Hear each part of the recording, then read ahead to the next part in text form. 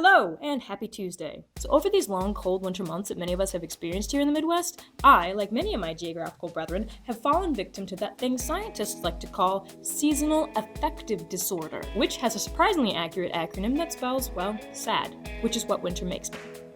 However, since being sad is not nearly as fun as being happy, I've compiled a comprehensive, well-thought-out list using the latest data and statistics to bring to you several reasons why I believe Cleveland, Ohio, the area from which I hail, is not nearly as bad as many of its residents would have you believe. But first, a quick word of thanks to our dozens and dozens of viewers who have helped make this past year of videos a possibility. Thank you. This past year of weekly videos would not have been possible without you, or at least not nearly as rewarding, because we technically could and did make them without you, yes. But back to the list. So we have the obvious ones, like one of the best orchestras in the world, one of the best public library systems in the nation, the metro parks, one of the largest performing arts centers outside of New York, and so on and so on. But I want to talk about the ones that are less obvious. For instance, number 1, our weather.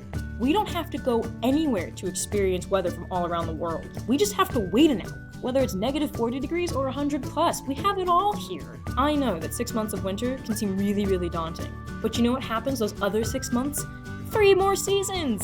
That's right, spring, summer, fall, construction.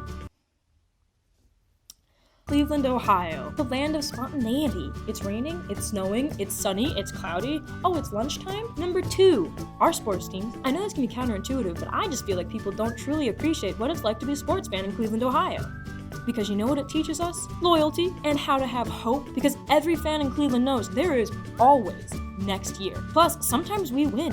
And that is a wonderful feeling. Number 3, our reputation. I like to look at this as one of those glass half full things. Sure, when somebody says that they're from LA or New York, everybody's like, oh my god, that's so cool. And when we tell people that we're from Cleveland, they're just kind of like, oh.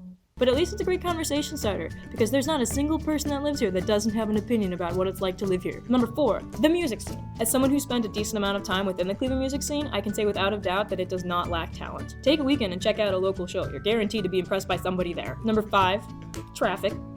It could be worse. Just ask anyone who lives in one of those bigger cities that likes to laugh at us. Bet you they're not laughing with all their hours upon hours more of traffic. And perhaps my personal favorite, number 6, it's cheaper to film here than in New York.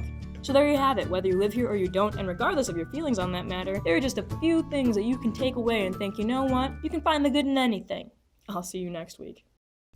Some honorable mentions: the Drew Cary Show, Hot in Cleveland, the fact that Joss Whedon said there was a hellmouth here, Great Lakes Brewery, Polka, vast arrays of culture.